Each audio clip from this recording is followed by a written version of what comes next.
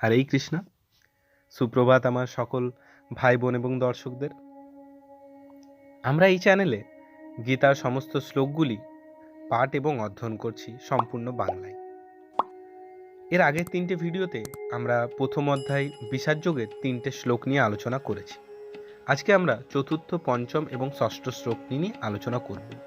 তার আগে একটু দেখে নিই আগের শ্লোকগুলো। কেউ যদি আগের শ্লোকগুলো না দেখে থাকেন তাহলে আমাদের এই প্লেলিস্টে গিয়ে প্রথম, দ্বিতীয় এবং তৃতীয় শ্লোকটি দেখে আসুন। অবশ্যই আপনাদের ভালো লাগবে। যদি কোনো ভুল ত্রুটি থেকে থাকে তো অবশ্যই কমেন্টে জানাবেন আমাদিকে। তো প্রথম শ্লোকে আমরা দেখেছিলাম কুরুক্ষেত্রে কি কি ঘটছে তা জানার জন্য ধৃতরাষ্ট্র সঞ্জয়কে জিজ্ঞাসা করছিলেন। দ্বিতীয় শ্লোকে আমরা দেখলাম সঞ্জয় ধৃতরাষ্ট্রকে বলছেন তার পুত্র দুর্যোধন পাণ্ডবদের সৈন্যসজ্জা নিয়ে দ্রোণাচার্যর কাছে গিয়ে আলোচনা করছেন। দ্রোণাচার্য কৌরবদের সেনাপতি ছিলেন।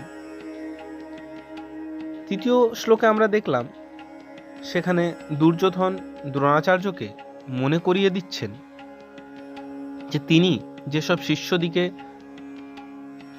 বলবান তৈরি করেছেন তারাই আজকে কিন্তু পাণ্ডবদের হয়ে তাদের বিপক্ষে লড়াই করছে। তার মধ্যে অন্যতম হচ্ছে দ্রুপদের পুত্র দৃষ্টদ্যুম্ন।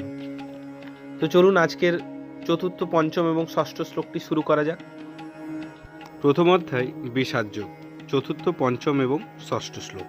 অত্র শূরা মহেশবাসা ভীমার্জুনা সমায়ুধি যুযুধ্যান বিরাটশ্চ দ্রুপদশ্চ মহারথা দৃষ্টকেতুশ্চকিতান কাশীরাজস্য বীর্যবান পুরুজিত কুন্তিভোজশ্চ শৈবশ্চ নরপুঙ্গব যুধামনুশ্চ বিক্রান্ত উত্তমৌজস্য বীর্যবান সৌভদ্র দ্রৌপদেয়শ্চ সর্ব এব মহারথা।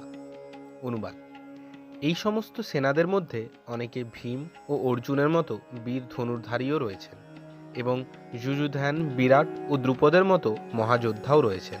সেখানে দৃষ্টকেতু, চেকিতান, কাশীরাজ, পুরুজিত, কুন্তিভোজ ও শৈবের মতো অত্যন্ত বলবান যোদ্ধারাও রয়েছেন। সেখানে রয়েছেন অত্যন্ত বলবান যুধামনু, প্রবল পরাক্রমশালী উত্তমৌজা, সুভদ্রার পুত্র এবং দ্রৌপদীর পুত্রগণ।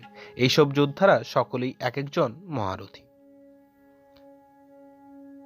দ্রোণাচার্য অসীম সৌর বীর্য ও সামরিক কলাকৌশলের কাছে দৃষ্টদ্যুম্ন ছিল অতি নগণ্য প্রতিবন্ধক এবং তার ভয়ে ভীত হওয়ার কোনো কারণই ছিল না দ্রোণাচার্যের পক্ষে। কিন্তু দৃষ্টদ্যুম্ন ছাড়াও পাণ্ডব পক্ষে অন্য অনেক রথী মহারথী ছিলেন, তারা কিন্তু সত্যি সত্যি ভয়ের কারণ হয়ে দাঁড়িয়েছিলেন।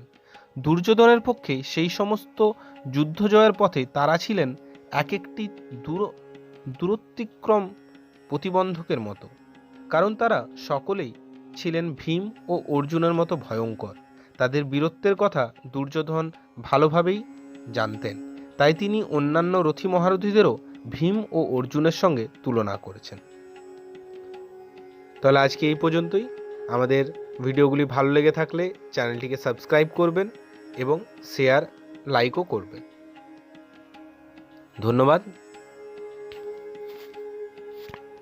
ধন্যবাদ। আমাদের ভিডিওগুলি ভালো লেগে থাকলে শেয়ার এবং লাইক করবেন। এরকম আরও অনেক ভিডিও দেখার জন্য চ্যানেলটিকে সাবস্ক্রাইব করে দেবেন।